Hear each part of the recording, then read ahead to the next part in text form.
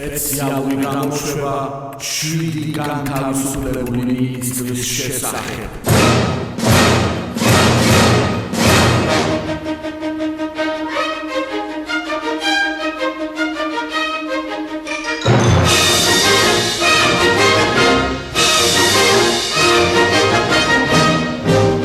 საღამომშვიდობის ირგვლივ 8 საათია ეთერშია იმპაქტის სპეციალური გამოშვება. საღამომშვიდობის.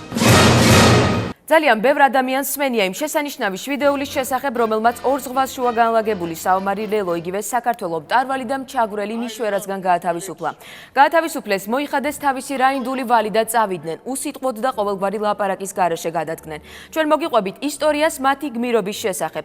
მაშასე წლების განმავლობაში აწიოკებდა და შიშის ზარს სცემდა ავხორცი და დაუნდობელი ნიშვერა ამ პატარა და ლამაზ სოფელს. ის და მისი თავგასული ნაციონალური ბანდის წევრები მთელი 9 წლის განმავლობაში ყოველდღიურად იტაცებდნენ და ითვისებდნენ მოსახლეობის მიერ ოფლით მოწეულ მოსავალს და თავად მოსახლეებსაც. ნელ-ნელა მოსახლეობაში გროვდებოდა პროტესტი, მაგრამ ნიშვერა და მისი ხერხემალი ივანი სასტიკი ცხელმდენი წიწაკის წვენითა და მაჩეტეებით არბებდნენ უკმაყოფილო გლეხებს. ეს აუტანელი გახდა. ამიტომაც სოფლის უხუცესმა მოხუცმა კაცმა ზედმეტ სახელად ბიძინა ივანიშვილმა მიმართა ღარიბ მოხეტიალე კოვბოი კრისაკლის და სთხოვა დახმარება. კრისაკლის ძალიან შეეცოდა სოფლის მოსახლეობა და მოხუც დახმარებას შეეპირდა. კრისაკლიმ თანამებრძოლების შეგროვება დაიწყო. ბრძენი მოხუცი გვერდზე გადგა და სოფლის ჩვეულებრივ მოქალაქესავით განაგრძო ცხოვრება.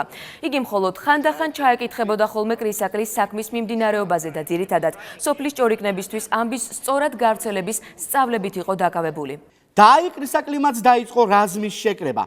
მან გამოცდილი სოზარი მოიხმო, კაცი რომელსაც უამრავ ყატორღელთან უწევდა საქმიანობა, მაგრამ ყოველთვის გულჩვილი იყო, მათ ადამიანებად მიიჩნევდა და მათ უფლებებს იცავდა. მოიხმო ბრძენი, პოეტური, დახვეწილი მანერების თავისუფალი რომანტიკოსი გურამ ოდიშარია, რომელიც თავისი წინააღმდეგობებით ახსავსე ცხოვრების ყოველ ნაბიჯს იწერდა და მერე პატარა ქალაქების ცენტრალურ მოედნებზე სპექტაკლებად დგამდა. კრისაკლიმ რაზმში აიყვანა ელ ნინიო, იგივე ელ გუჯა, რომელიც ყოველთვის სხვებზე ზრუნავდა და უამრავ სოფელს ეხმარებოდა, გაჰყავდა გზები და აწვდიდა წყალს. მასთან მოვიდა პატარა გოგო, რომელიც ბიჭად იყო გადაცმული და სთხოვდა რაზმში მიღებას, მაგრამ მისმა გარემოსადმი სიყვარულმა და ხეებისა და ყვავილების მოფერებამ გასცა ის და კრისაკლიც მიხვდა, რომ ნორჩი ჩიკოს მიღმა ხათო იმალებოდა და მას უარი უთხრა. მარტოსული კოვბოი განაგრძობდა რაზმის შეგროვებას. უცებ მან ერთი კაცი შენიშნა, რომელიც ოსტატურად ამუშავებდა ყანას, სთესდა და ხნავდა ერთდროულად. ეს იყო შაკო. მას მოეწონა ის, რომ შაკო არა მარტო მებრძოლი კოვბოი იყო, არამედ მშვიდობიანობის დროს მოსავალს იწევდა და მიწის ფასი იცოდა. კრისაკლიმ იპოვნა კოსტა, რომელიც ამ ქვეყნის შვილებზე ზრუნავდა, სადაც არ უნდა ყოფილიყვნენ ისინი, ყოველთვის მოიკითხავდა მათ და საფოსტო მტრედებით უგზავნიდა ამანათებს. შემდეგ ნახა კაცი, რომელიც სხვა ბანდიტის შიავოვას მიერ მიწა ჩამორთმეულ და საკუთარი სახლებიდან გამოყრილ ხალხს პატრონობდა და ზრუნავდა, რომ მათთვის სანაცვლო სავარგულები მოეძებნა.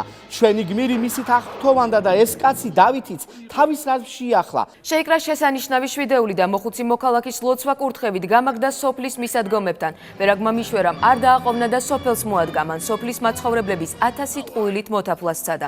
შეპირდა მათ, რომ მათი სოფელი ტეხასის აყვავებულ რანჩოს დაემსგავსებოდა და თან ყველა მაცხოვრებლის დაჭერა და გალიაში გამომწყდება ბრძანა.